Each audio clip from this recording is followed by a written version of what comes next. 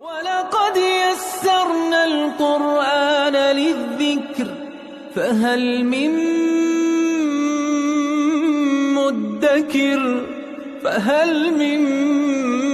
مُّدَّكِرٍ اعوذ باللہ من الشیطان الرجیم بسم اللہ الرحمن الرحیم الحمد للہ رب العالمین وصلی اللہ علی سیدنا و نبینا ابی القاسم المصطفى محمد وعلى آلہ الطیبین الطاہرین المعصومین اما بعد اعوذ باللہ من الشیطان الرجیم بسم اللہ الرحمن الرحیم قالوا ادع لنا ربك يبين لنا ما هي إن البقرة تشابه علينا وإنا إن شاء الله لمهتدون صدق اللہ العلی العظیم۔ جیسا کہ آپ کو معلوم ہے، سورہ بقرہ کی ان آیات میں گائے کے ذبح کا واقعہ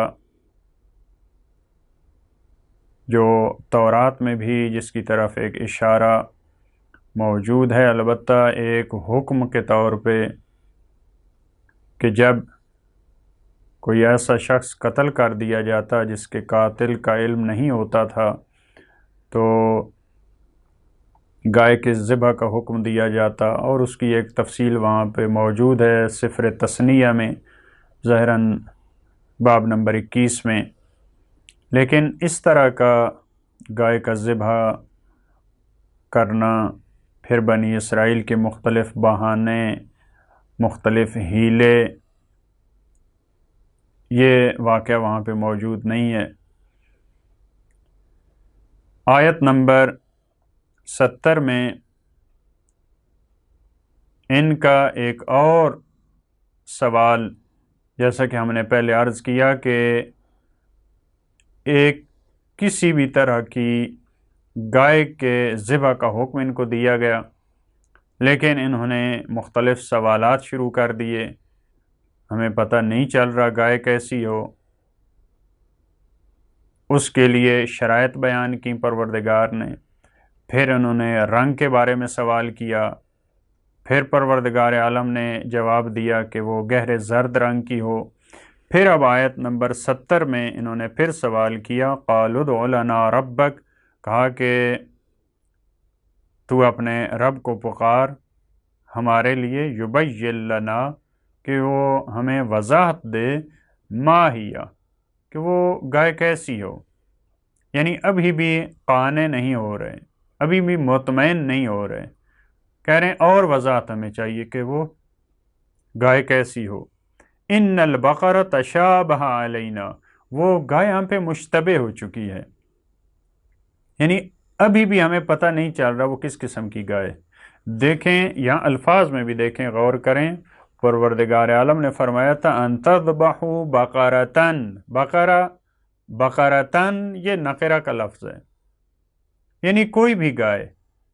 لیکن یہ کیا کہہ رہے ہیں، ان البقرہ تشابہ، انہوں نے اس کو معرفہ کیا، ان البقرہ، اس پہ الف لام لائے ہیں، یعنی یہ شروع سے خاص گائے کے پیچھے ہیں، لیکن پروردگار کسی بھی گائے کے ذبح کا حکم دے رہا ہے۔ یہ کہہ رہے ہیں ان البقرہ، وہ خاص گائے، تشابہ علینا، وہ ہم پہ مشتبہ ہو چکی ہے، ہمیں پتہ نہیں چل رہا۔ وَإِنَّا إِن شَاءَ اللَّهُ لَمُهْتَدُونَ، ہاں اور اگر اللہ نے چاہا تو ہم اسے ڈھونڈ لیں گے۔ لمحتدون یعنی ہم ہدایت پا جائیں گے، ہمیں پتہ چل جائے گا، یعنی ہم اس کو ڈھونڈ لیں گے۔ دیکھیں یہاں اس ضمن میں ایک روایت ہے، بہت خوبصورت روایت، کہ یہ دیکھیں یہ اتنی برائیوں کے باوجود یہ ایک جملہ ان کا اچھا تھا، انا انشاء اللہ لمحتدون، کہ اگر یہ انشاء اللہ کا لفظ نہ کہتے تو یہ کبھی بھی اس گائے تک نہ پہنچ پاتے، یہ سوال کرتے جاتے، ایسے سلسلہ آگے بڑھتا جاتا۔ یعنی شاید اس وجہ سے، لہٰذا ہمیں کاموں میں یہ کہا جاتا ہے کہ کوئی کام کرنے کا آپ کا ارادہ تو کہیں انشاءاللہ، انشاءاللہ۔ وہاں سورہ قلم میں آگے جا کے بیان ہوگا، وہاں تو جو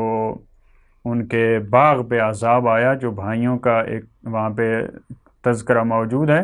تو وہاں بھی یہی ہے کہ انہوں نے انشاءاللہ نہیں کہا تھا، اس وجہ سے اتنی بڑی مصیبت ان پہ آن پڑی۔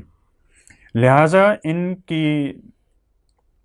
ساری کٹ حجتیوں اور ان کے اعتراضات، ان کی ہیلوں کے باوجود یہ ایک جملہ اچھا تھا کہ اگر اللہ نے چاہا تو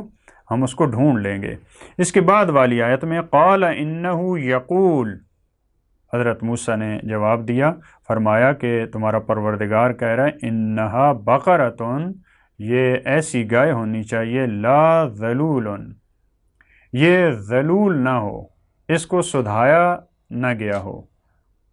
جو رام کرنے کو کہتے ہیں، سدھانے کو کہتے ہیں، سکھانے کو کہتے ہیں، کس کے لیے؟ تثیر الارض، ہل چلانے کے لیے،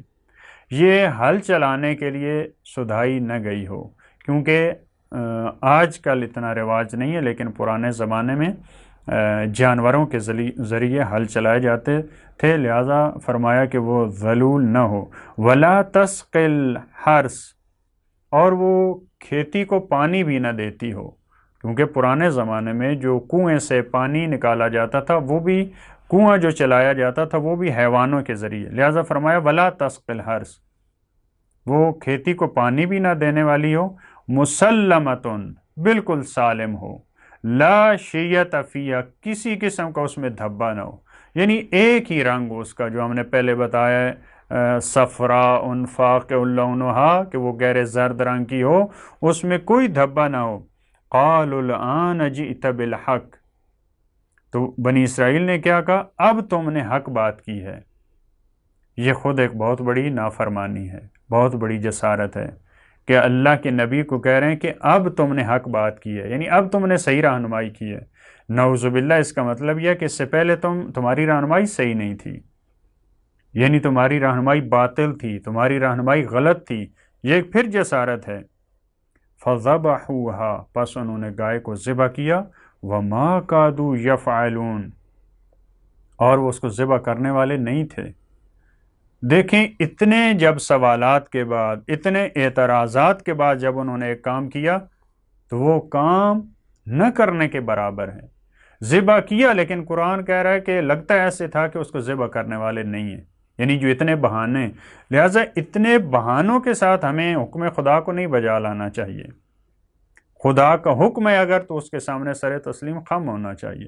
اس کو فوری طور پہ بجا، لہٰذا ہمیں کہا گیا ہے، سبقت کا لفظ ہے خیرات میں، سابق کا لفظ ہے،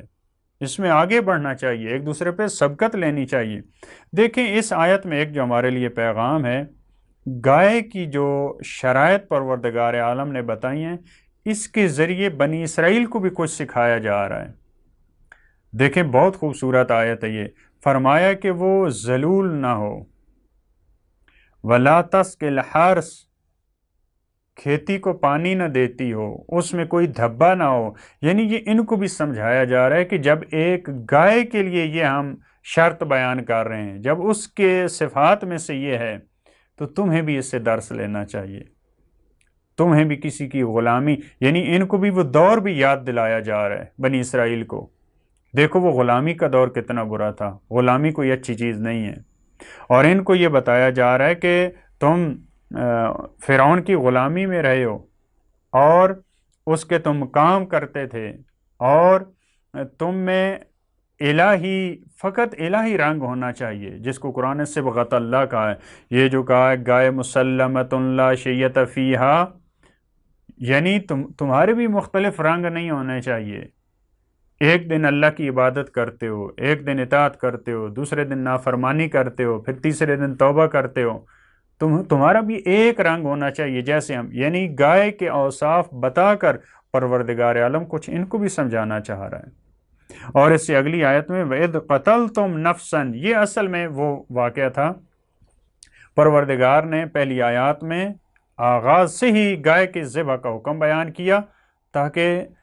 جو مخاطب ہے، جو سننے والا ہے، اس کے ذہن میں یہ سوال پیدا ہو، شوق پیدا ہو کہ یہ گائے کے ذبح کا واقعہ، یہ حکم کیوں بیان کیا جا رہا۔ اب اس کی یہاں پہ اصل وجہ بتائی ہے کہ کیوں ہم نے وہ حکم دیا تھا۔ وَإِذْ قَتَلْتُمْ نَفْسًا، جب تم نے ایک نفس کو، ایک فرد کو قتل کر دیا تھا، فَادَّارَأْتُمْ فِيهَا، اور تم ایک دوسرے پہ الزام لگا رہے تھے،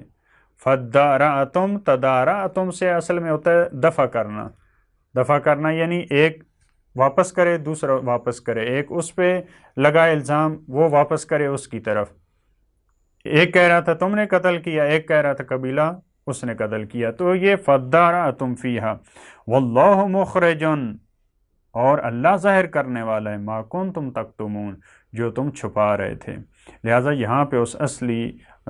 جو اس کی بیک گراؤنڈ تھی، کس وجہ سے ہم نے گائے کے ذبح کا حکم دیا، اس کو بھی بیان کیا ہے۔ دعا ہے پروردگار عالم سے کہ خدا ہمیں توفیق دے کہ ہم اللہ کے احکامات پر بغیر سوالات اٹھائے، بغیر اس میں چون چراں کیے ہم اس کے احکامات کی پیروی کر سکیں۔ اللہم صل علی محمد و آل محمد۔